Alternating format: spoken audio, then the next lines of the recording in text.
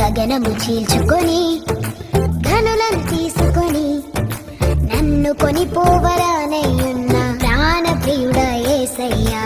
గగనము చీల్చుకొని ధనులను తీసుకొని. Praise the lord. మీ అందరికీ కూడా ప్రభు నామము శుభములు తెలియజేస్తూ ఉన్నాము. దేవునికి మహిమ కలుగునుగాక.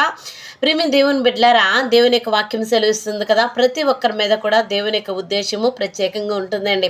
ప్రతి ఒక్కరి మీద దేవుని యొక్క చిత్తము, దేవుని యొక్క ప్రణాళిక, ఆయన యొక్క ఆశీర్వాదము ఒకరికి మించి ఒకరి విధముగా దేవుడు ఎప్పుడు కూడా నియమిస్తూ ఉంటారు. మనం చూసినట్లయితే యాకోబు 12 కుమారుడైన బెన్యామీనండి. అవును, ఇతని గురించి మనకు తెలిసిన విషయం ఏంటంటే, బెన్యామీను గోత్రములో ఎవరు మనకి పరిచయమైన వ్యక్తి అంటే సౌలు గారండి. అవును ప్రియమైన దేవుని బిడ్డారా, ఈ సౌలు గారి గురించి మనము చూసినట్లయితే ఇతను ఎక్కడ నుండి వచ్చాడంటే బెన్యామీను గోత్రం నుంచి రావడం జరుగుతుంది. అయితే బెన్యామీను అని అర్థం ఏమిటంటే కుడి చేతి పుత్రుడు అని అర్థము వస్తుంది. అయితే ఆదికాండము 35వ అధ్యాయం 18వ వాక్యంలో రాహేలు ఆ యొక్క ప్రసవ దినంలో బెన్యామీనుని మరి ప్రసవించినప్పుడు పురుట్లోనే యొక్క రాహేలు అమ్మగారు చనిపోయినప్పుడు రాహేలు పెట్టిన పేరు ఏంటంటే బెనోని అని పేరు పెడుతుంది. బెనోని అనగా దుఃఖపుత్రుడు అని అర్థమండి. అయితే ఎప్పుడైతే ఈ బెనోనేని యాకోబు గారు తీసుకున్నారో, కుడి చేతితో తీసుకొని ఉన్నారో, కుడి చేతి పుత్రుడు అంటున్నాడు. ఎందు గురించో తెలుసా అండి?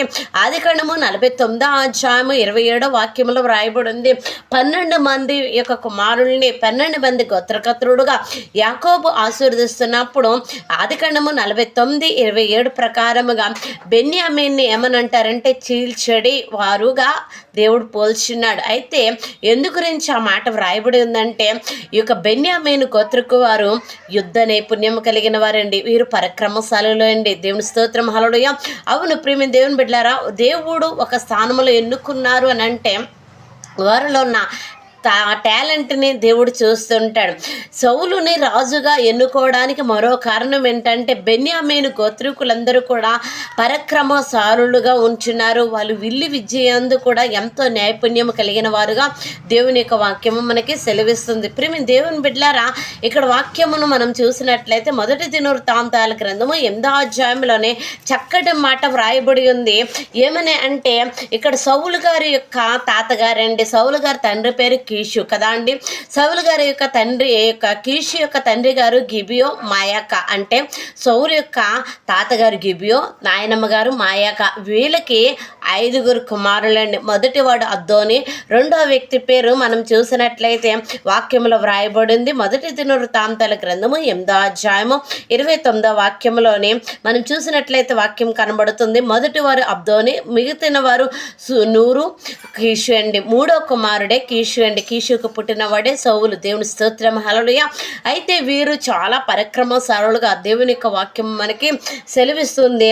ఈ యొక్క వాక్యంలో చూసినట్లయితే 1 దినవృత్తాంతాల గ్రంథము 8వ అధ్యాయము 40వ వాక్యంలో వ్రాయబడి ఉంది కదా. ఒక కుటుంబానికి చెందిన వ్యక్తి అండి. ఉలీము కుమారులు విల్లు ఎద్దియందు ప్రావీణ్యులైన పరాక్రమశాలులు. వీళ్ళు ఎంతమందో తెలుసా అండి? 150 మంది కుమారులుగా వ్రాయబడింది. 150 మంది ఒక కుటుంబానికి చెందిన వారు ఏమండి.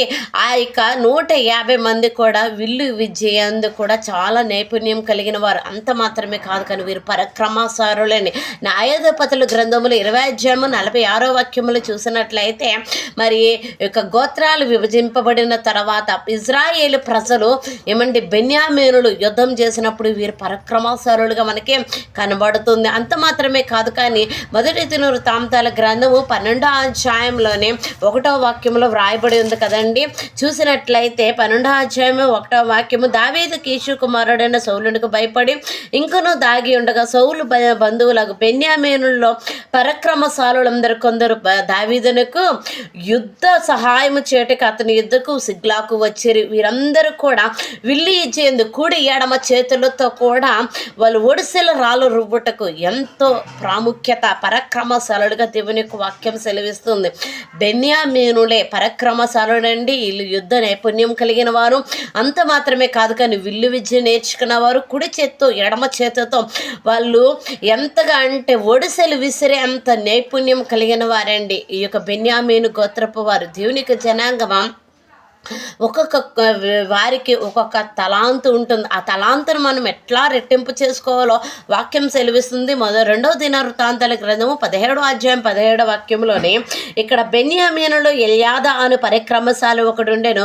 వీని యొద్ద వింటిని కేడమును పట్టుకున్న వారు 2 లక్షల మంది ఉండిరి. దేవుని స్తోత్రం, హల్లెలూయా.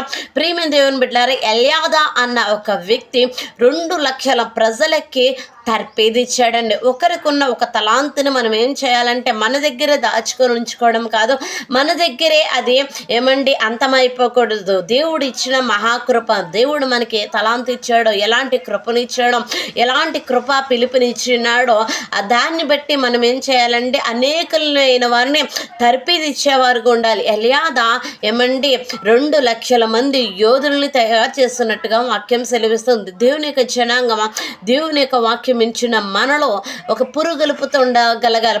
బెన్యామీను గోత్రపు వారు పరాక్రమశాలును, వారు యుద్ధ నైపుణ్యము కలిగిన వారు. అంత మాత్రమే కాదు, కానీ వీళ్ళకున్న తలాంతుని, వాళ్ళకున్న ప్రత్యేకతని వాళ్ళ గోత్రపు ప్రజలందరికీ కూడా తర్పీదిచ్చి గొప్ప యోధుల్ని, పరాక్రమశాలుని తయారు చేసిన వారండి. దేవుని స్తోత్రం. అందుగురించి సౌలుని ఎన్నుకోవడానికి మరో కారణముగా వాక్యం సెలవిస్తుంది. ఈ రోజున ప్రియమైన దేవుని బిడ్డలారా, దేవుడు మనకి ఏదైనా ఒక ఈవును అనుగ్రహిస్తే, దేవుడు ప్రత్యేకమైన తలాంతుని అనుగ్రహిస్తే, దేవుని యొక్క కృపలో ఏదైనా ప్రత్యేకమైన స్థానంలో దేవుడు ఉంచితే ఆ స్థానము మనతో భక్తి అయిపోకూడదు, కానీ మన తర్వాత తరం వారికి, మన ముందున్న వారికి కూడా అది తర్పీదిచ్చేవారుగా ఉండాలి. ప్రభు కొరకు అనేకమైన క్రీస్తు యోధులను తయారు చేసేవారుగా ఉండగలగాలి. బెన్యామీను గోత్రం నుంచి మనం తెలుసుకోవడానికి దేవుడు ఎంతగానో కృపని అనుగ్రహించిన దేవదేవునికి మహిమ కలుగును గాక.